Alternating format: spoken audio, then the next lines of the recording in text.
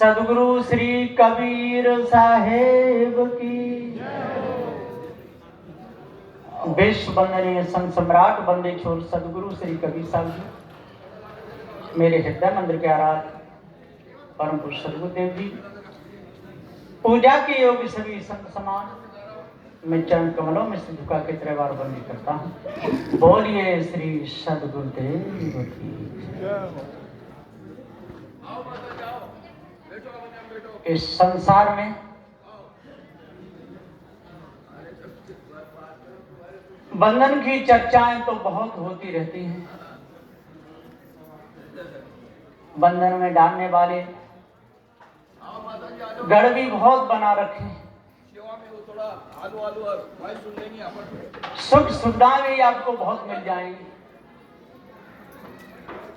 चलो सजे हुए मंदिर मिल जाएंगे। चलो भाई चलो। कमरे भी अच्छे मिल जाएंगे, पंखा कूलर एसी लगे हुए। लेकिन जो सत्य बात है, जो सही ज्ञान है, सही निर्णय नहीं मिलेगा।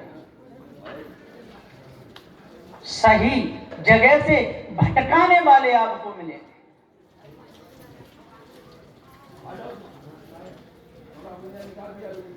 चेतन जीव के विषय में भी लोग जाने क्या क्या कहते हैं। सदगुरु श्री गुरुदयाल साहब ने भी कहा,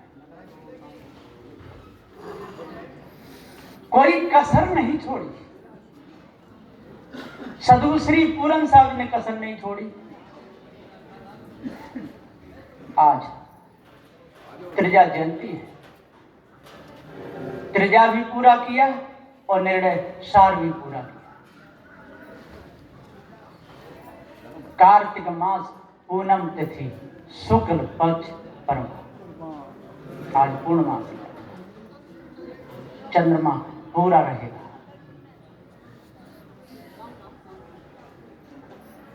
इसलिए आज अपना पूरा काम कर लो।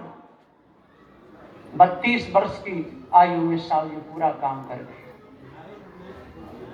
कोई कसर नहीं छोड़ी।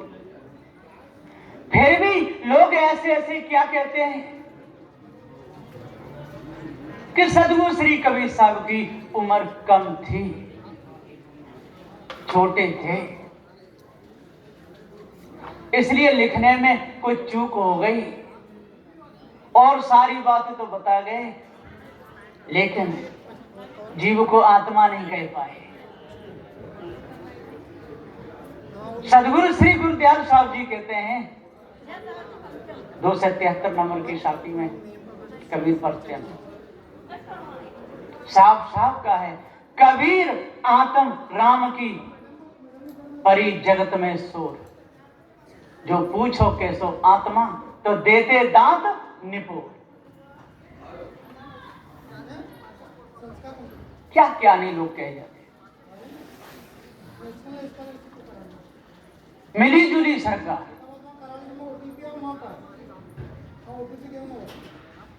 5 किलो मैदा, 1 किलो मावा मिलाकर के पेड़ा बनाते हैं और क्या कहते हैं प्योर खोवा, प्योर मावा की मिठाई है। क्या वो सत्य बोल रहा है? मिलावटी काम चल रहा है। तो ये सारे संसार में मिलावटी काम चल रहा है। एक पारक सिद्धांत ही ऐसा है कि इसमें मिलावटबाजी नहीं। यदि पारक सिद्धांत लोप हो जाता, वैसे हो नहीं सकता है, तो क्या होता? विचार करो। सदगुरु कोई कहते कबीर साहब से पहले भी पारकी संत होते चले आए समय समय पर। कोई प्रमाण होना चाहिए ना, कोई लेख होना चाहिए।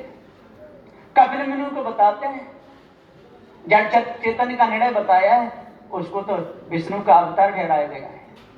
कपिल मुनि को विष्णु का अवतार बताया गया है। जब उनको विष्णु का अवतार बताया गया तो पारक सिद्धांत क्या? विष्णु को पारक सिद्धांत का ज्ञान था? ब्रह्मा को था, महादेव को था, सनक सनंदन सनातन संत कुमार को था, जैमिनी ग्रांत गौतम शेष कपिल और व्यास को था। सब भटके हुए जो ऊंचे माने जाते हैं, श्रेष्ठ माने जाते हैं। सूरवायु अंगिरा अग्नि को था, लोहे की चिन्ह पर भक्ति करने वाले विश्वामित्र को था। क्या पूरा बोध होता, वासना मिट गई होती तो मेनका के पीछे लगता? बच्ची पैदा कर दी शकुंतला, दुष्यंत को ब्याही गई, बच्चा पैदा कर दिया भरत, नाम भारत देश पड़। कैसे कैसे बड़बड़े। तो यहां पर ये दरबार सच्चा है, यहां बोल भी सकते हैं लोग, बहुत बोलिए सच्चे दरबार की। ये सच्चा दरबार, झूठ का नहीं। दरबार लगा है झूठ का, उपदेश देते हैं झूठ का, देवी देवता झूठे, और जयकारा लगेगा बोलिए सच्चे दरबार की। कैसे लोग? क्या जिंदा शेर के मुख में और कबूतरी अंडा रख सकती है? हमने देखा, उसको जिंदा बताते हैं, जिंदा है, इसमें प्राण प्रतिष्ठा की गई है, देवी बैठी हुई है। वृंदावन में छठी करा, लोग गए होंगे, देखा होगा। पहले पड़ता है प्रेम मंदिर, उसके बाद में आगे चल के देवी का बहुत बड़ा मंदिर बनाया है। वहां पर एक कबीरपंथी भक्त नौकरी करते थे, पुजारी थे, तो देवी के मंदिर के पूजा नहीं करते थे, पुजवाते थे, पैसे रखते थे। मैं भी था, एक संत जी और जहां प्रिय रंजन साहब, हम दो जने गए। इन्होंने कहा साहब जी देखो देखो, क्या कि शेर के मुख में से और कबूतरी उड़ के गई। अंडे रखे होंगे कि शेर के मुख में कि और क्या है? मुझे मनुष्य ऐसे उल्लू हैं कि उसको जिंदा मार। कबूतरी को पता है कि ये मुर्दा है। क्या जिंदा शेर के मुख में कबूतरी अंडा रखेगी? कहीं किसी की भी आप मूर्ति बना दीजिए, उस पर पक्षी बैठ जाते हैं, बंदर भी चढ़ते हैं। अभी हम पूना गए थे सेना के साहब के यहाँ, वो घुमाने करके ले गए थे कि चलो आपको घुमा के लाते हैं। तो एक मंदिर पे गए, मूर्तियां बहुत बड़ी बड़ी, उस पर उनके ऊपर और बहुत से पक्षी बैठे और लोग पूजा भी कर रहे। या उनमें प्राण पड़ गए होते तो क्या पक्षी बैठेंगे ऊपर? क्या वो भोजन नहीं पाएंगे? क्या वो पानी नहीं पिएंगे? क्या पेशाब नहीं करेंगे? रावण तो 7 समुद्र का पानी पी गया था, ऐसी ऐसी कल्पना लिखी। जब महादेव को ले जा रहा था खुश करके लंका के लिए, देवताओं में हलचल मच गई। विष्णु जी उनके पास में पहुंच गए, ब्राह्मण का भेष बना करके। देखो जहां जहां छल कपट किया, कितने किया विचार पर। भेष में ब्राह्मण का भेष, विश्वास करते लोग। उसे प्यास लगी, रावण को कहा कि मुझे पानी पिला दो, तो कमंडल में पानी पिलाया। एक ऐसा कमंडल कि उसमें 7 समुद्र आ गए, 7 नदियां भी आ गई। पी गया, और पी गया तो पेशाब तो लगेगी ही लगी। आगे चल के वो देख रहा है अब पेशाब लगी, अब क्या करूं? तो फिर वो विष्णु भगवान सामने पहुंच गया। क्या बात है? उन्होंने कहा ये शिवलिंग को थोड़ा पकड़ लो, मैं पेशाब पे इधर गया और इधर से आया। बोले जल्दी आ जाना, अब 7 नदियों का पानी क्या सहज में निकल जाएगा? देरी हो गई, उसने शिवलिंग वहां रख दी। फिर उस पे रावण पे हिली तक नहीं। ऐसी ऐसी कल्पना लिखने वाला ज्ञानी हो सकता है? 13 लाख गुना बड़ा पृथ्वी से सूर्य, और सूर्य को किनके मुख में रखवा दिया? हनुमान के मुख में। युग सहस्त्र योजन पर भानु और लीलियो ताय मधुर फल जा। कैसी गप, लोग लड़ने को तैयार हो जाते हैं। गप तो गप्पी ही दे सकता है, कौन देगा? यदि उन्होंने नहीं दी तो लिखने वाले की कमी, या उसको मिला चढ़ा करके कर।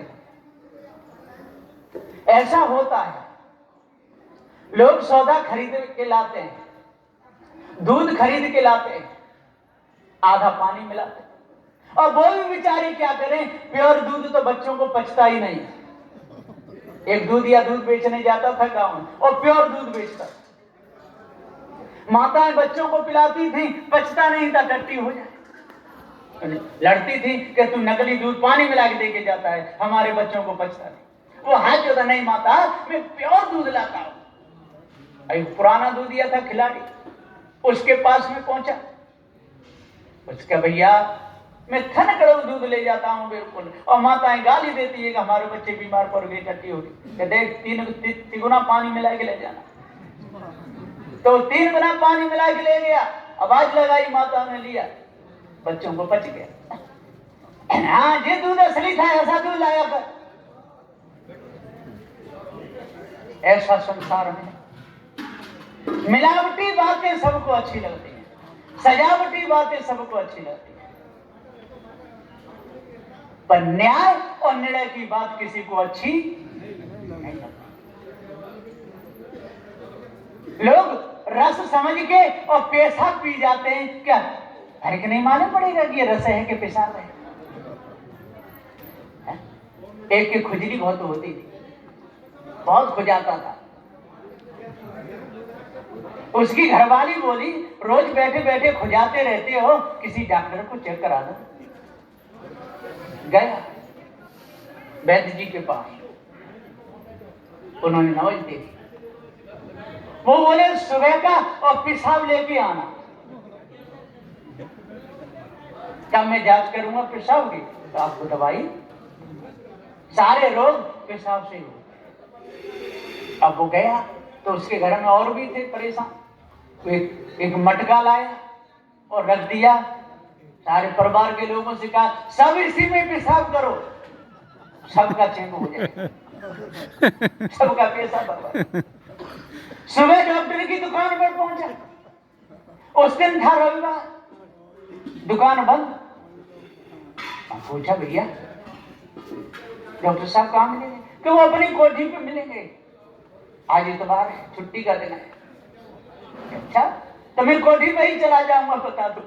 पूछ लिया, 2-3 किलोमीटर मटका रखे सिर पे, पेशाब से भरा हुआ पहुंचा। रास्ता में गन्ने का रस बिक रहा था, उसने गन्ने का रस पिया 1 गिलास, आधा गिलास पी लिया, आधा उसके ऊपर रख दिया, लेकर के पहुंचा। गेट पर आवाज लगाई, डॉक्टर साहब हैं क्या? डॉक्टर साहब की घरवाली निकली, डॉक्टर नहीं, वो सेहत में डॉक्टर नहीं बन जाती, उनको कोई डिग्री नहीं करनी पड़ती। वकील की घरवाली वकील, डॉक्टर की घरवाली डॉक्टर, मास्टर की घरवाली मास्टर नहीं, उनको कोई जरूरत नहीं। अब वो डॉक्टर नहीं निकल के आई बात, क्या बात है कि ये मटका रखा है, डॉक्टर साहब को बता देना, अब मैं थक गया हूं, कल ले आऊंगा। कह के चला गया। ये नहीं कहा कि इसमें पेशाब है, और गिलास में रस भी छोड़ गया। तो देखा तो रस था। बच्चे ने क्या कहा, मम्मी क्या कि ये तो मीठा मीठा लग रहा है। कि हाँ तो गन्ने का रस लाए, ये डॉक्टर साहब के मित्र हैं। अंदर लाओ मटका, अंदर ले।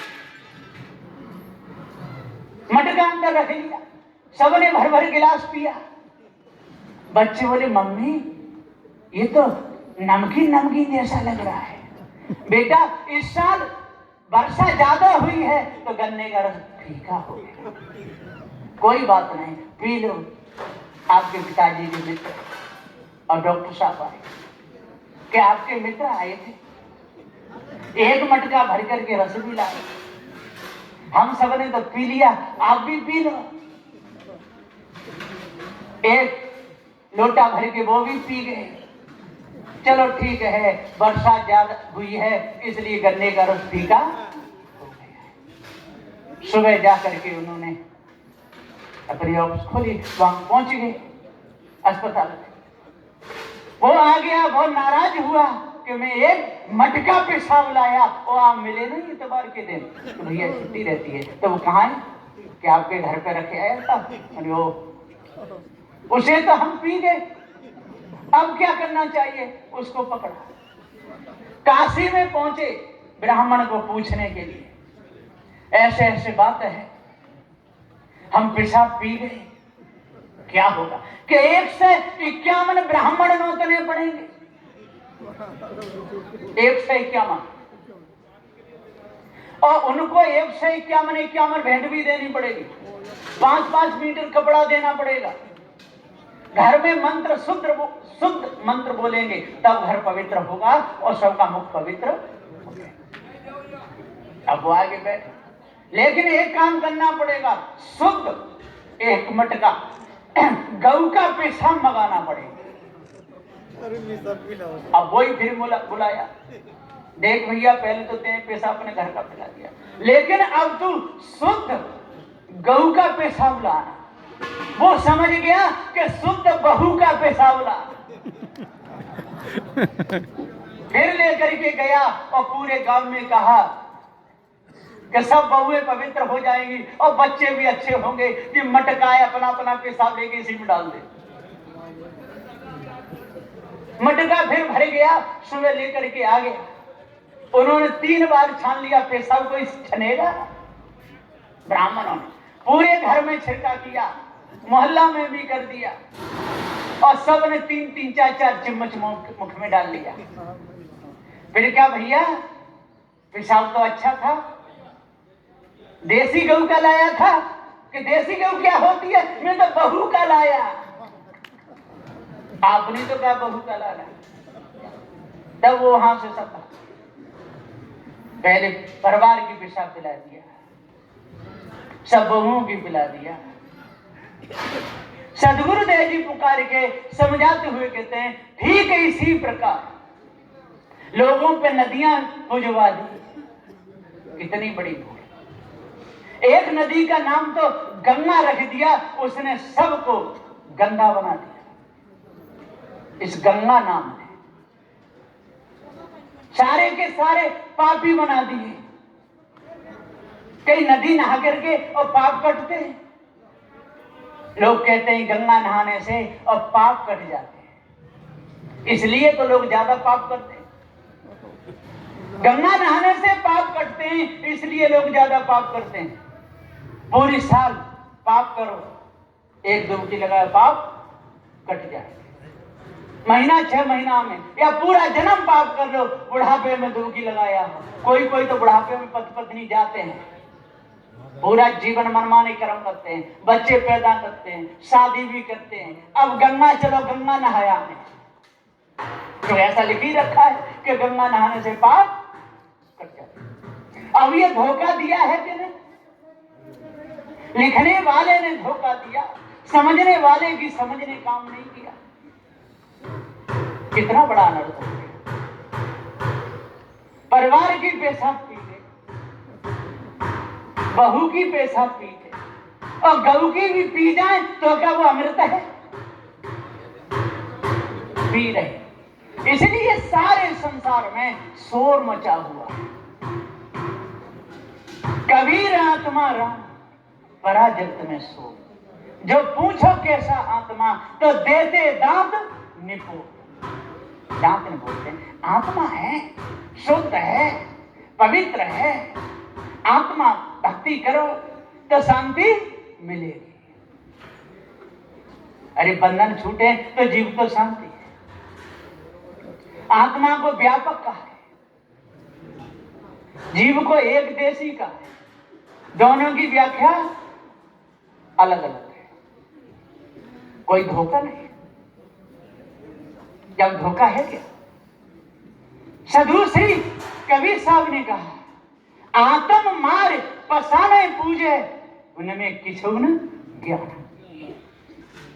जब सब में व्यापक आत्मा को बता रहा है तो बकरे में आत्मा नहीं, गऊ में आत्मा नहीं, बैल में आत्मा नहीं, क्या पत्थर में नहीं? जब सब में व्यापक हो गया तो एक को काट रहा है और एक को पूज रहा है। दोगलेपन का काम हुआ कि नहीं?